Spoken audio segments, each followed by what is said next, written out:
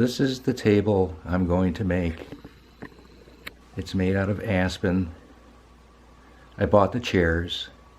It's 2 feet wide, 3 feet long, and less than 20 inches high. My wife and I have 3 kids, and the 2 oldest are now having children of their own. We wanted to give them something they could use and enjoy, and this table I made for our daughter Lindsay and Jake and their upcoming daughter, and I'm going to make another one for our son Danny and Cindy and their daughter, who's been with us for coming up on a year. Here we go. This is the material I start with.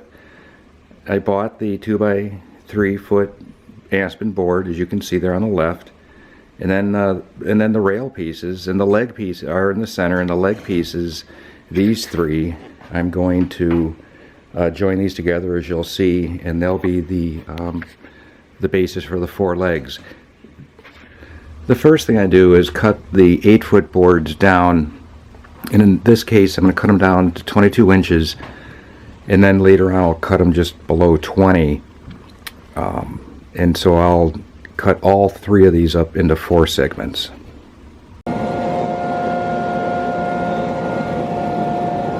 The 3 8-foot boards you saw a minute ago have now been cut up into 12 pieces, 22 inches long, and you can see here, so here's what will become a leg, and there's all 4 of them. So in a second you'll see how I join these together.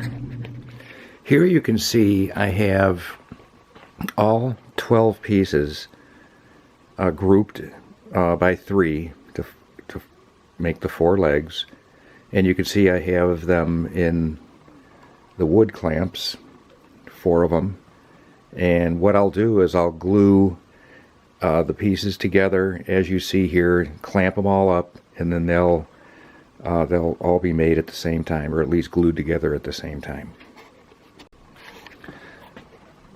So I apply the glue, and then I'll smear it around and then clamp these together, as you'll see. The glue's been smeared evenly.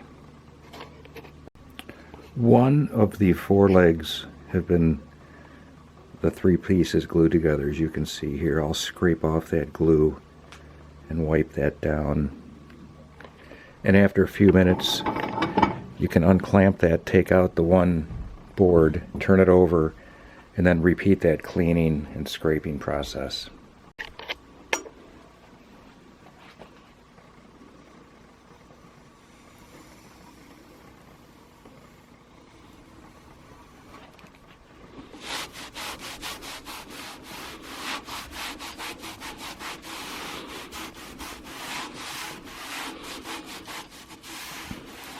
I'll let that set up for another few minutes, and I'll unclamp, and then I'll do the next set of 3, and then after that I'll do the next set of 3, and then finally the last set of 3, and then I'll let these stay under compressive load like this probably till tomorrow morning. The second leg getting glued together, and wait another few minutes or so, and then get going on the 3rd leg. And finally, the last leg being put together. I just glued the 4th leg. I'm going to take it out of the clamp. Set that over there, and I'll clean off the glue on the clamps, then put that back, clean it up, clamp everything up. Got everything clamped up again. Scrape off, and give this a good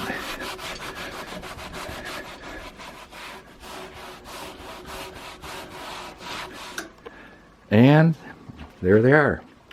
I've taken the legs out of the clamps, and I moved here outside because the next operation I'm going to plane these 3 pieces, these sides, so that they look virtually the same as the side that was not glued together. And I'm going to do that using this machine here, a planer, and I'll show you that right now.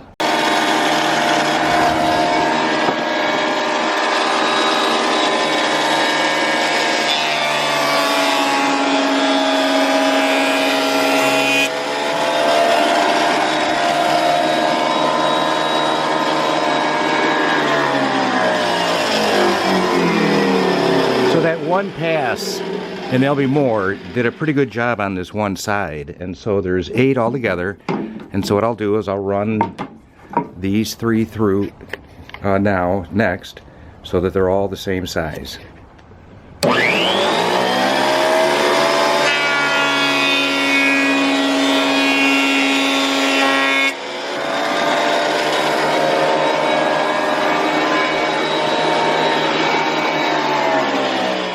I ran the legs through the planer 2 times for each side, taking a little bit off, and you can see that surface looks pretty good. There's the other side now, and yeah, pretty happy with these legs. So they're coming along. The next thing I have to do is square up these ends. All 8 of them are like this, and so my next operation is going to be to square these off so that they'll all stand up without leaning over. They'll stand up straight.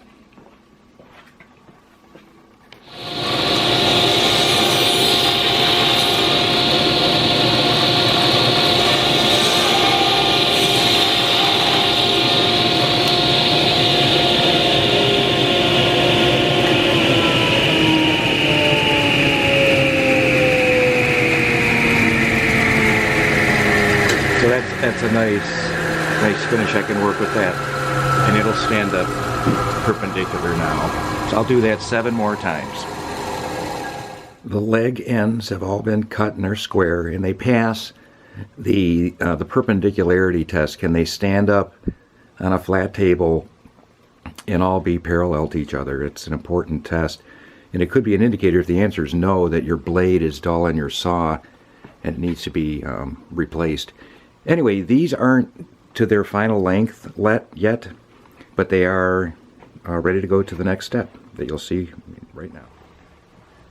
This is the table bottom, and I'm going to use this square to draw a line at each of the 4 corners 1 inch away from the edge.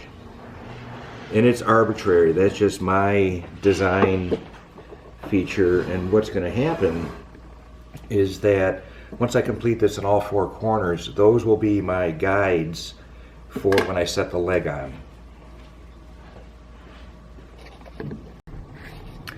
All the lines in the corners have been drawn 1 inch away from the edge. I've sanded the legs and set them up to those pencil lines I drew just a second ago, and with that I can use this ruler to measure the length of the rail pieces I'm going to need, both for the long side and the short side. I want to explain what I'm going to do next, and it goes to the structure of the table itself. So in the last video section you saw me measure the structural side rails, the ones that will go and attach the legs to the table and basically just hold up the entire structure. Now what we're looking at right now is a model of one of those side rails. I haven't yet cut the ones that will go up from leg to leg, but I want to show structurally what I need to do to this table to get the legs to be properly mounted. What you're looking at right now is not sufficient, and so what I've done is I've made this triangle piece that I'll glue to this side rail, and then I'll screw that in to both the leg and the tabletop. The 2 saws I use to make these angled pieces are the radial arm when I'm making a straight cut, and the table saw when I'm making an angled cut. So I'm going to use the table saw and this setup I have here, so I can come in at the blade at the angle that I want, in this case 45 degrees, and do it safely.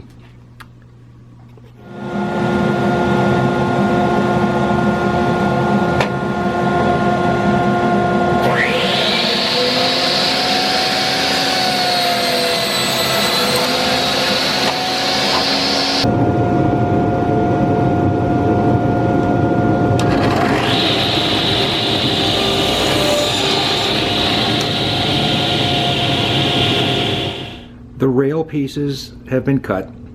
I cut them at a little long. I'll talk more about that in a little while. And I've placed them loosely in position. There's all the pieces but one have now basically been made. And what I'm going to do next is integrate these triangular pieces onto the rails so that we get the good support we need, rail to leg to table.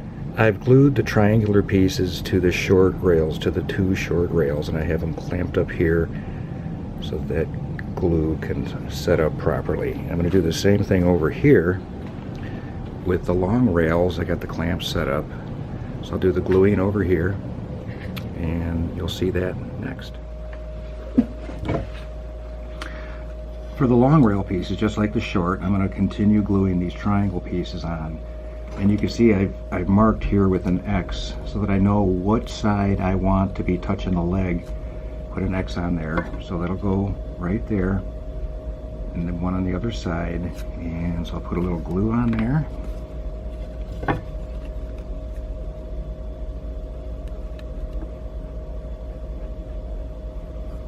It's probably more than I need. You can see it's not much.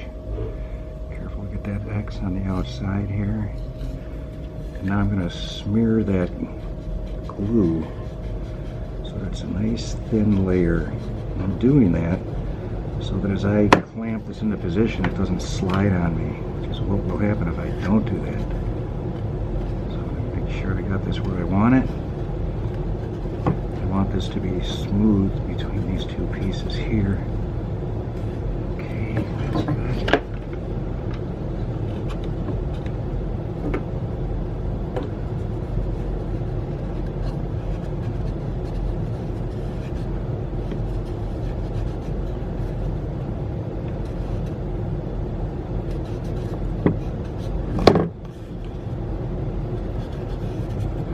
Okay, that's good. I'll do that with the other side, get that into the clamp, repeat it with the last one, and let those set up for many hours.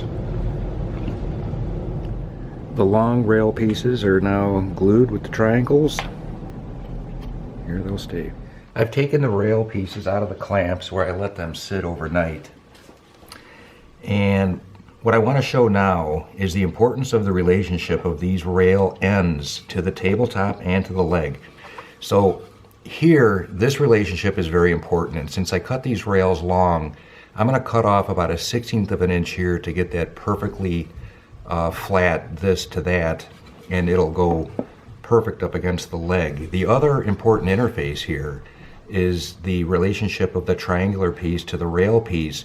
And you might remember when I was gluing the triangular pieces on, I was very careful about the position of it relative to this. So I'll be paying attention to this, and if I need to, I'll sand to get that relationship perfect, or if that won't work, I'll run the rail through the table saw to make sure that these are both on the same plane, because you want a perfect relationship, a perfect fit between the rail pieces and the tabletop and the rail pieces and the leg. I'm cutting the rail pieces to their final length, and even though there's only two lengths, I want them, each of the two pairs, to be exactly the same length. And so I built this little stop here so that when I cut the second long rail, I just have to put it up against that stop and it'll cut to the exact same length. I've already done this one, and you can see the surface finish here is just perfect. Both of these are perfectly flush, and by the way, so are these. I checked all these out. but both ends are now very good, and they'll fit perfectly up against the leg and the tabletop.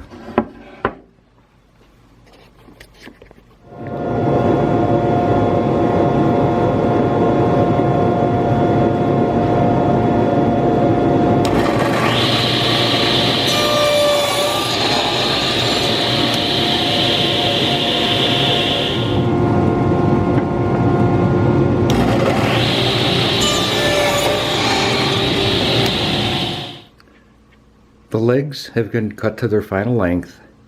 The rails are done, or at least they're cut, and I made this centerpiece. All the pieces are now made. What's left is I have to put all the provisions in to get this thing to stay together. The provisions that I'm referring to are called pocket holes, and in a minute I'm going to show you how I make those, but here's a couple of practice pocket holes that I made to set up the fixture you're going to see here in a second. But what this is, it's literally a drilled hole at an angle, and you put the screw in there, and whatever it is that you're screwing into, these do a very, very good job of making a good joint. And so I'm going to use a whole lot of these in this project, and you'll see that coming up next. This is the fixture I use to make these pocket holes, and if I show you here from a side view, you can see it sets up the wood that you're going to put the pocket hole into at an angle relative to the drill bit. It works very good, and it's just part of your drill press setup, and I have that clamped down, as you can see there.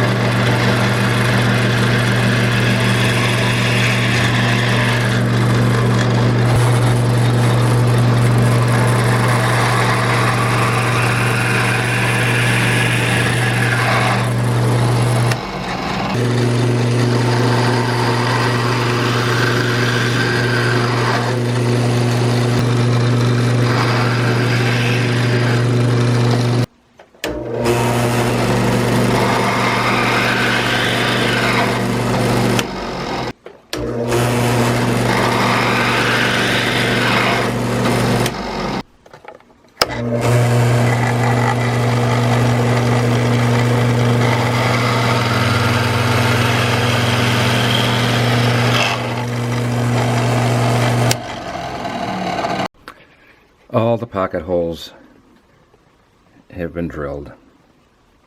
There's 56 of them.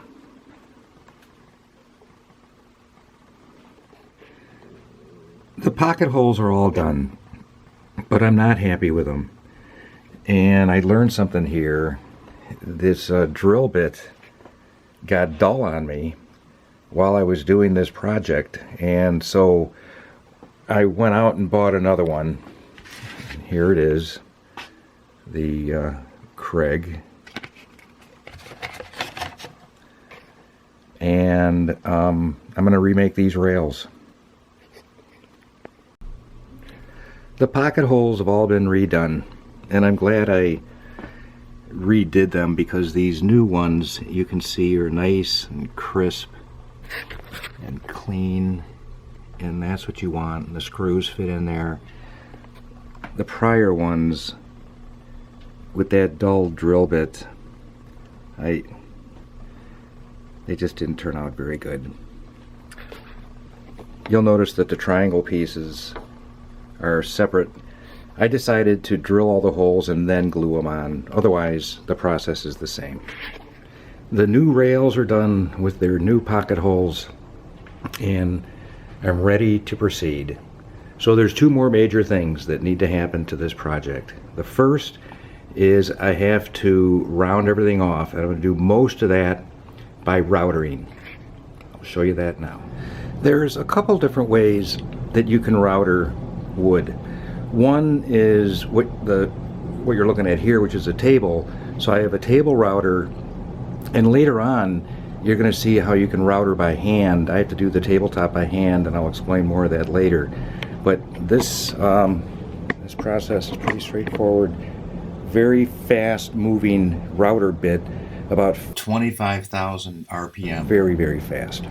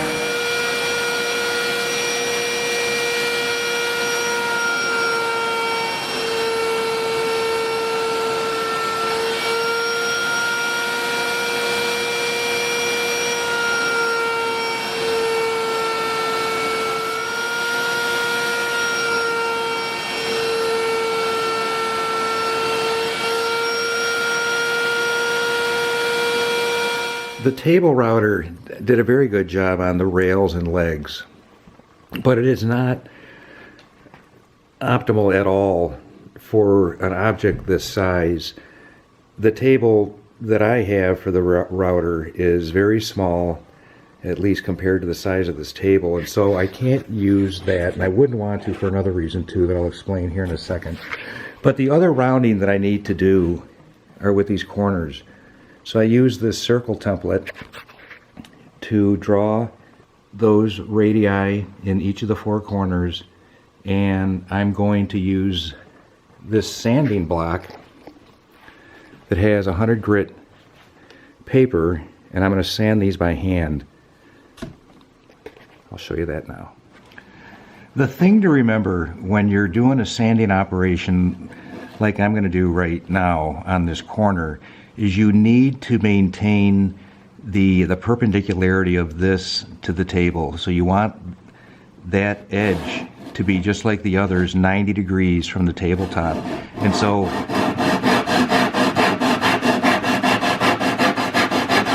it goes pretty fast if you're using the right sandpaper.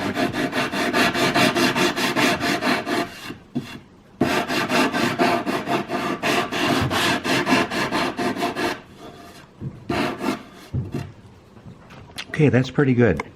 So I'll do that 3 more times.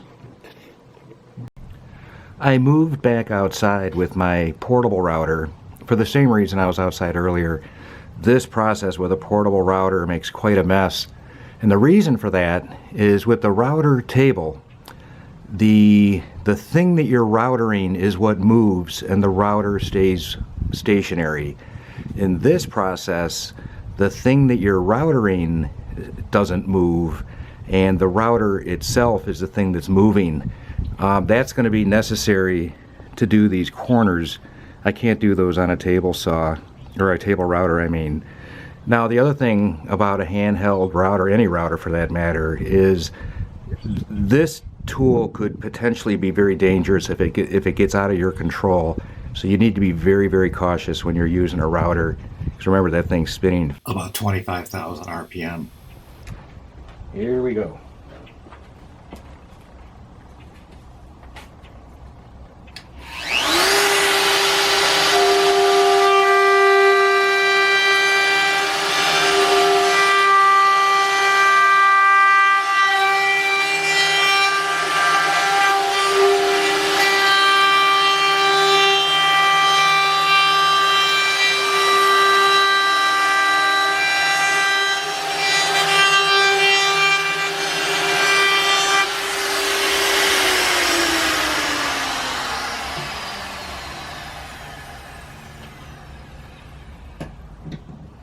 I'll do that top and bottom. I went all the way around, top and bottom, and the routering and the rounding is all done. It's time to begin the finishing process. For finishing, the Minwax wipe-on polyurethane I found to be a very good product, and that's what I'm going to use for the vast majority of this project. The first coat of the tabletop, I'm going to use just regular polyurethane. I'm going to wipe it on. I'm going to use this nice soft rag there, put a glove on. The reason I'm using regular polyurethane for the first coat on the tabletop is because this aspen wood and the way they made this tabletop, it soaks up a lot of polyurethane. And the other table I did, I used just the wipe-on polyurethane, and it came out really good, but it took a lot of coats and it just kept soaking in. So I'm going to speed that up a little bit using this regular polyurethane.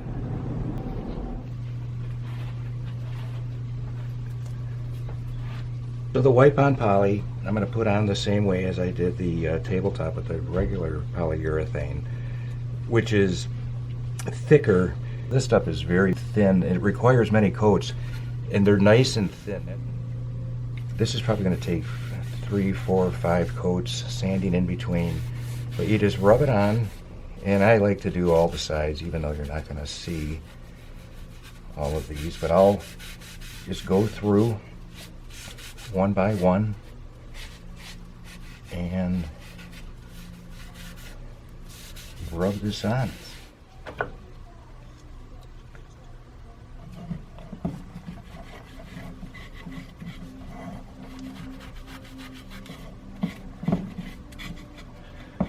First coat, you don't have to be too careful. It really, it's impressive how much it just soaks in.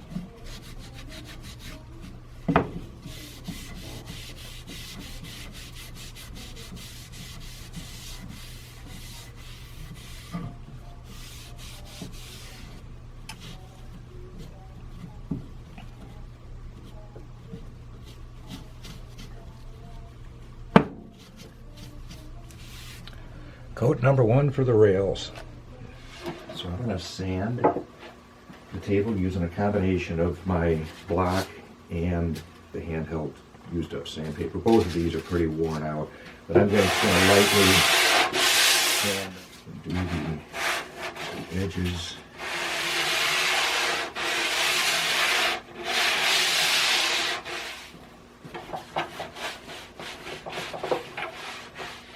It's the same with the legs.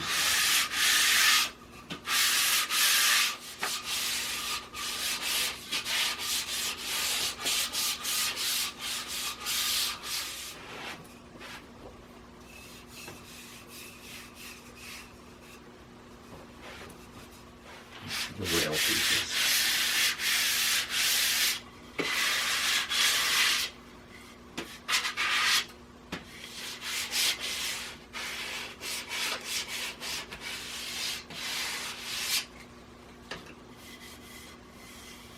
Just nice light sand in between coats and prepare the surface for the next application.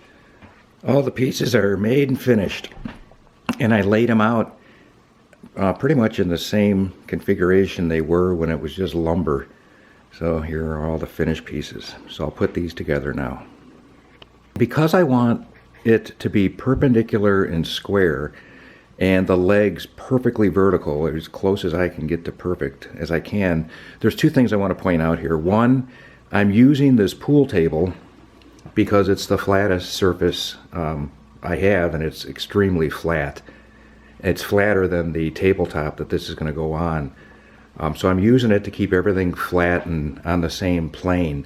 The other thing I want to point out is I'm using these wood clamps, not quite in the same way that I was using them before. I'm just lightly keeping these pieces together because as I screw these rails to the legs, I don't want anything to move. And I also set up these clamps because I want the offset between the leg and the rail to be the same all the way around.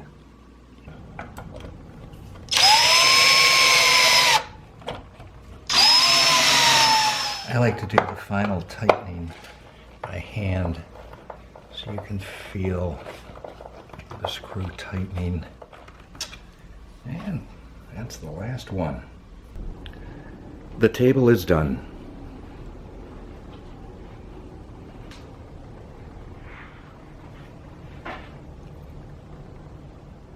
I can't wait to see it being used. I found these chairs online, bought them off of Amazon, and they're perfect for this size table. The seat height is 11 inches, which works out really well for this table height. But anyway, they seem to be really good, well built, well engineered, and easy to put together.